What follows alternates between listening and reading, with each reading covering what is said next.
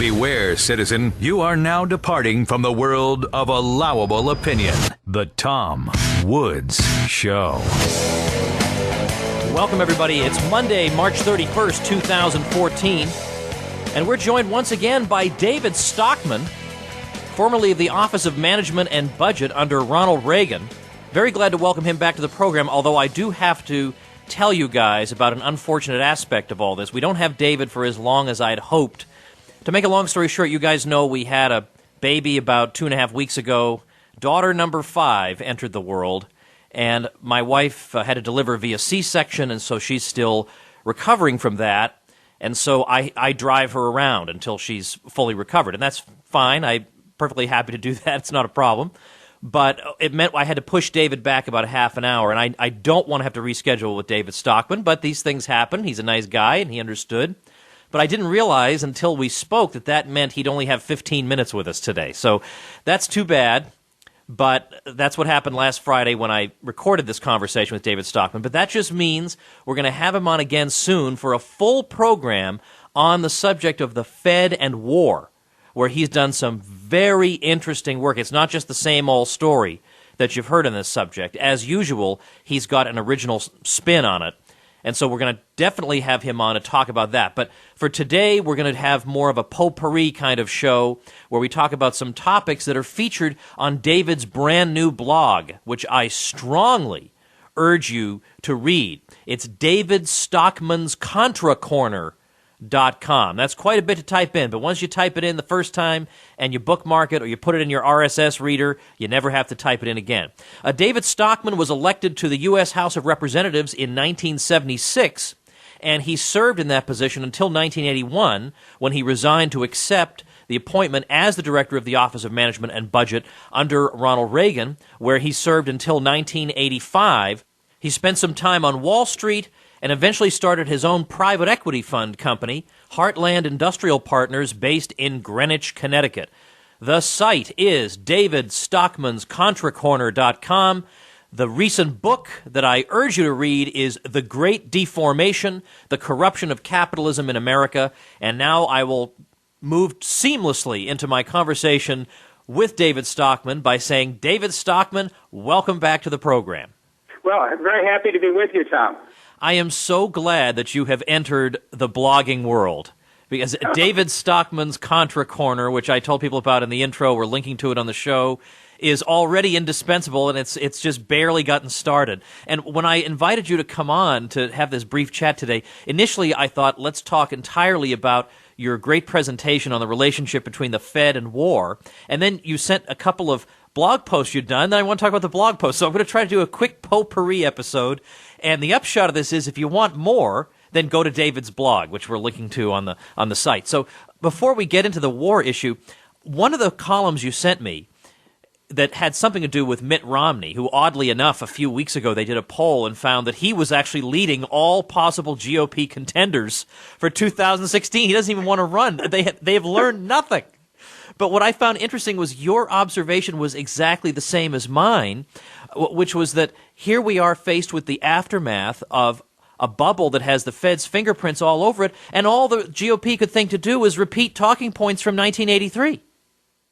Yeah, I agree, and the reason that I posted that blog is that in my book I had a chapter called Willard M. Romney and the Truman Show of Bubble Finance. And, of course, everyone remembers the Truman Show and Jim Carrey and the fact that he was in a artificial world and didn't realize until the end what was happening. I believe that much of the Republican Party and the mainstream leadership, like Romney, has been exactly in that kind of bubble. We got to this disaster we're in because we have been allowing the Fed to basically take over and run the entire U.S. GDP, to peg, manipulate, medicate, and, manhandle the entire financial system. There's not an honest interest rate left from the overnight market to the 30-year bond. There are all these constant bailouts and puts and, safety nets under the market, which create a huge distortion because you need two-way markets and you need the ability to succeed and fail and to be responsible for bad bets and investment. All of that is missing. And so we have the Fed furiously printing money, still at a $55 billion a month rate, which is crazy, given that we're in the fifth year of a so-called recovery. That is not helping the Main Street economy one bit, because the Main Street economy of households and businesses has way too much debt already, and we can go into some of those numbers. Essentially, it gives free overnight money to the carry trades to speculate in anything that might have a yield more than zero, or might have some appreciation. So what we've done is we've ruined the heart of capitalism, which is honest financial markets. We've turned it into a gambling casino, and we have sort of left the nation bereft of any leadership from the so-called Conservative Party that could possibly stop this. And I take Romney, to finish this off, as a perfect example of the problem, because his number one economic advisor during the 2012 campaign was none other than the chairman of the business school at Columbia, who opined that Bernanke had done a great job and deserved consideration for reappointment. Now, if the Conservative Party is getting that kind of advice, if the Conservative Party is being told, put an out-and-out crazy Keynesian money printer back into the Fed, then I think we've got some gigantic problems in this country, and it's one of the reasons why I've gotten very active with this blog called David Stockman's Contra Corner, where I'm trying to post not only my own thoughts, but the thoughts of a lot of other people who can see the lunacy of all this and want to provide good analysis and insights on a day-to-day basis. Now, of course, because so much of the constituency, the natural constituency of the GOP, and I don't mean people in Iowa who want to ban abortion, I'm talking about the natural constituency being the 1%. And by the way, they're the constituency of both parties, but in particular, the Republicans are more openly catering to them half the time.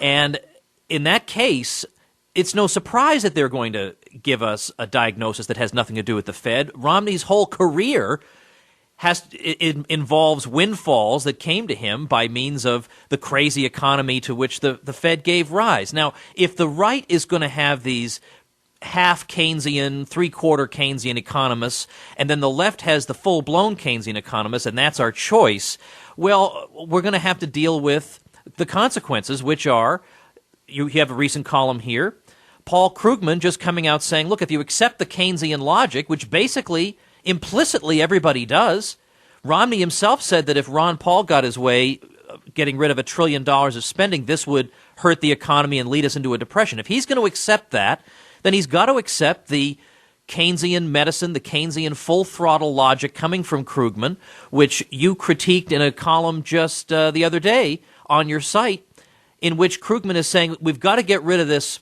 austerity that we've been up to, and we've got to turn it around and really get fiscal and monetary growth going again. How do you respond to something like that?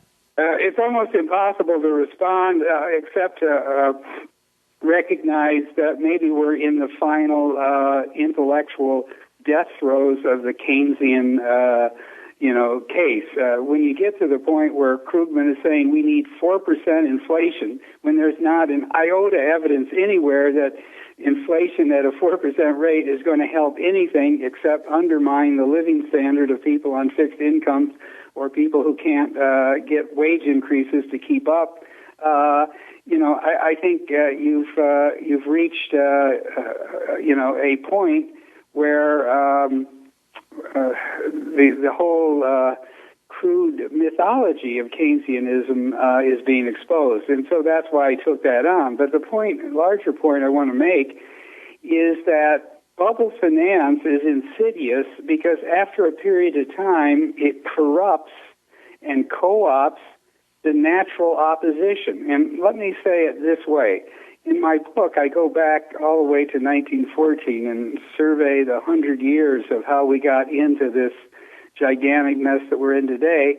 But one of the points I make is that in the 50s and 60s and early 70s, there was still a understanding of sound monetary policy, of fiscal rectitude, and of what free markets really required. And there was leadership who came to power in the Republican Party that implemented those principles. One of the heroes in my book is George Humphreys, who was Secretary of the Treasury for Eisenhower. He was a great businessman, ran one of the big mining companies out of the Midwest. He insisted on balancing the budget, shrinking the government, non-inflationary finance, keeping the dollar as good as gold, and all the rest of it. Then I use as another case Bill Simon, who was a ferocious opponent of crony capitalism and bailouts during the Ford administration in the mid-'70s. My point is that today, when a Republican administration comes to power, they get a guy from Columbia University who's been basically consulting and shilling for the savings and loan industry, and that whole mess. And they appoint people like Paulson, Hank Paulson, who was Secretary of the Treasury and came right out of the casino on Wall Street that had been created by bubble finance under Greenspan and Bernanke for so many years. And so, therefore, there's no intellectual integrity left. The understanding of sound money, fiscal rectitude, and free markets has been lost. So leadership from the financial community and even corporate America is now all about doing what it takes by the day, week, and quarter to keep the bubble going. And so, therefore, we're badly misgoverned because there is no opposition left that has a credible, intellectual foundation for what it's doing in either party. We have two free lunch parties. They compete for who can put the biggest money printers on the Fed and who can do the most so-called stimulate the economy through tax credits and gimmicks or spending increases as advocated by the White House. But all of that is just, taking us deeper into the soup. And unfortunately, that's the big breakdown today. It's not simply capitalism, but it's also democracy, because we are now in a regime of crony capitalism where both sides are piling on, using the tools of the state, the budget, and the central bank to accomplish ends that would not be remotely reasonable or feasible or likely in an honest free market. Now, David, I know you had only a brief amount of time with us and that you have to run. I hope I can ask a tiny, tiny question, even though it's a huge question, but I'll get you to give me a 30-second response, and then I got to have you on to talk about this Fed and war issue because my listeners will really eat that up. But when I was looking at your piece on this subject, I was reminded of how different our analysis of the Great Depression is from that of so many other so-called right-wing economists who really don't see any problem with the economy in the 20s or before. They think the problem came when there was a stock market crash and the president helped to raise tariffs and the Fed didn't do enough to save failing banks. And that's their analysis. But your analysis is completely different from that. Yeah, I believe that the Great Depression was merely a delayed hangover from the insanity of the Great War of 1914 to 1918. It was that war, and it was unprecedented scale, and the monumental carnage that caused the bankruptcy of the entire world international order. It caused the destruction of the pre-war, international gold standard that worked, and left the whole world, other than the United States, massively in debt from printing money during the war and from issuing government debt. The debt of England, for instance, went up 15 times during the war. So what the 20s was about was an effort to dig out from under the financial disaster of World War I, recreate some semblance of the gold standard system of liberal international economics and trade and capital flows that worked. But unfortunately, they didn't get there. They had a lot of jerry-built attempts, and there was, some decent motivation. But at the end of the day, the world had a mini boom because the Fed in the United States in the 1920s massively fueled the growth in Wall Street of a foreign bond market that allowed everybody from Brazil to Hamburg, the municipality of Hamburg, to borrow hand over fist, use the proceeds that they raised on Wall Street to buy goods and services from the U.S. economy. We had an export boom. Everything got dramatically bloated and inflated. And when the market crashed finally in 1929, the foreign bond market died, the export market died, the U.S. economy was vastly overbuilt, overcapacitated. It went through a huge liquidation, and that was the cause of the Great War. It was not an inherent failure of capitalism. It didn't help, of course, that Hoover signed Smoot-Hawley. That wasn't a good thing. Right. But it certainly wasn't that what Friedman said, and Bernanke after him, that the Fed didn't print enough money and buy bonds hand over fist in 1930 to 1932. That isn't the cause at all. And so therefore, here's the deal. That was a one-time historical tragedy that came out of a series of events from 1914 to 1929 that have nothing to do with the modern world, nothing to do with the idea that Keynesian fiscal stimulus and money printing at the central bank is the only way to solve the inherent, depression-prone propensities of a capitalist economy. None of that's true. That's the great urban legend that came out of the 30s. And we're still struggling with it every day. The Republicans are totally buffaloed. They don't know why the 1930s happened. When Bernanke came running around Washington in September 2008 and said Great Depression 2.0 is around the corner, half of the Republicans believed him, including the clueless guy sitting in the White House and his Wall Street Secretary of the Treasury. And as a result of that, we have basically followed really bad policies based on fighting a war, so to speak, an economic war from the 1930s that is both misdirected and aimed at circumstances that never even existed. David, I know you have to run. I'm sorry about the time thing. We'll got to have you back on to talk about this other issue, this fantastic presentation you gave on the Fed and war, because, as I say, my listeners will eat that up. I want to generate as much traffic for your blog as I can because it's hard to get people to change their internet viewing habits. People have 5 or 10 places they go to. I want people to realize that this is worth changing your habits for. David Stockman's ContraCorner.com has got to be visited. Thanks for your time today. We'll get you back soon, I hope. We'll certainly do that, Tom, and great to talk to you. Thanks again. All right, everybody, that's David Stockman, David Stockman's ContraCorner.com. Don't forget The Great Deformation, which is such a great book of revisionist economic history of the 20th century, a revisionist view of what happened in 2008, why the bailouts were unnecessary and harmful. I mean, it's unbelievable how good this book is. And if you say to me, Woods, it's such a big book, you won't even notice that. It's so enjoyable and informative. Now, before I let you go, a couple things. I had a great little social media story the other night. Apparently, while I was out, we lost the power for a few minutes. And when it came back on, it didn't come on in our garage. And, well, in our garage, we have a big freezer with a lot of food in it. We have an extra refrigerator out there, so we do want the electricity running. And, of course, the garage door opener, which is also an important part of the garage. And I could not figure out what the problem was. I opened the breaker panel, and I didn't see anything wrong. I fiddled with it a little bit, and nothing was happening. So what did I do? I said, well, I got 57,000 likes on Facebook. Maybe one of those people's an electrician.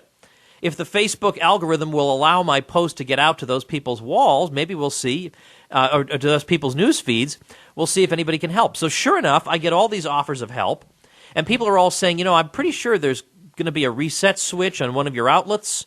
Press that switch and see what happens. So I went out in the garage, and I didn't think I'd ever seen a reset switch on any of those, and sure enough, I see 2 outlets, neither one has a reset switch. But people are insisting, there's got to be one, man. So I'm looking, and I thought, wait a minute, behind the refrigerator. I don't spend a lot of time behind the refrigerator. And sure enough, if you go behind the refrigerator, you find an outlet with a reset switch on it. So I pressed it. I can hear the refrigerator coming back on. So this is unbelievable. I was all set. I was going to turn Skype on, and I was going to show the person the breaker panel and whatever, try and do this. And that would have been a miracle. Well, I didn't even have to go to that length, because I had knowledgeable and helpful people right there on my Facebook page. The problem was solved in 10 minutes. I mean, to me, that's a miracle. And one thing that makes me a little sad is that my kids live in a world in which that won't seem miraculous to anybody. That'll just seem normal and everyday. And I mean, in a way, that's great. That means that things are advancing. Like every time I flush the toilet, I don't say to myself, oh my gosh, miracle of miracles, I have a flushed toilet. Of course, 100 years ago, or 150 years ago, that would have been pretty impressive for a lot of people. So I suppose it is in advance that they don't look at this and say, wonder of wonders, Skype or Facebook solved your problem. But I do try to instill in them a sense of wonder and appreciation when faced with phenomena like this, because to me, that really is something great. That really is something special. Let me remind you guys where I'm going to be April 9th. You're probably tired of hearing this, but people are listening to the program anew all the time. April 9th, I'm going to be at Florida Southern College. April 10th, Liberty University. April 26th, I'll be at the University of Wisconsin at Madison. I'll be posting information on that when I get it. And then May 9th in Provo, Utah. I'm going to try to work out an event in the Boston area for late May or early June. And finally, we're trying to work on an event in Des Moines, Iowa for sometime in June. So you get details on those events on my personal site, tomwoods.com. The event page there is tomwoods.com/events. This week, we got some great programming coming up. We got Anna Martin, who is otherwise known as the Libertarian Homeschooler. We've got Gary Chartier coming back to the program. We're going to talk about his new book on John Rawls. John Rawls has screwed up so many minds, and Gary is going to make sense of it all from a libertarian perspective, so that'll be a lot of fun. We're going to have Tom DiLorenzo talking about Alexander Hamilton this week and more. So stay tuned for these programs. Make sure you are a subscriber on iTunes or Stitcher. Go to the main page at tomwoodsradio.com and you will see easy subscription links on iTunes and Stitcher. Thanks for listening, everybody. We'll see you tomorrow. The Tom Woods Show.